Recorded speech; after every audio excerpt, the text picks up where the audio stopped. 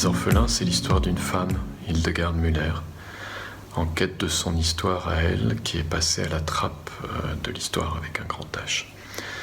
Alors pour ce faire, elle embauche un scribe qui va utiliser la littérature afin de l'aider à fouiller au plus profond d'elle-même. Comme dans mon premier roman, Les Contes des Fées, Hildegard ne sait pas s'exprimer, ou alors très mal, ou à peine. Elle craint d'être exposée à la lumière comme les mineurs enfouis, coincés après un effondrement.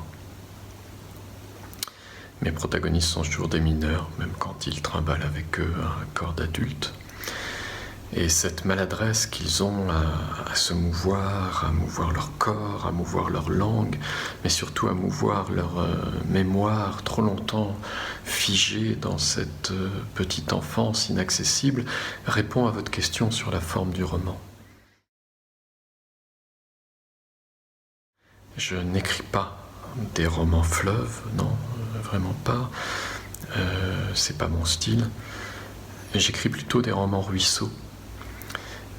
Mais dont le cours d'eau est incertain, puisqu'il suffit d'une main d'adulte pour y faire barrage, mais aussi de quelques larmes pour le revigorer. Il s'agit donc d'un ruisseau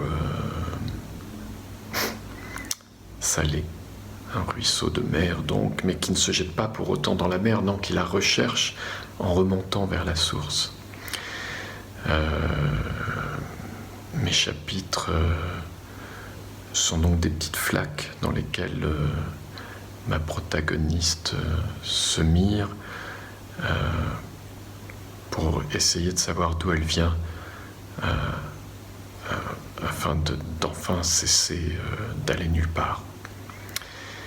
Et le rôle de mon scribe, c'est de relier ces flaques pour en faire ce ruisseau.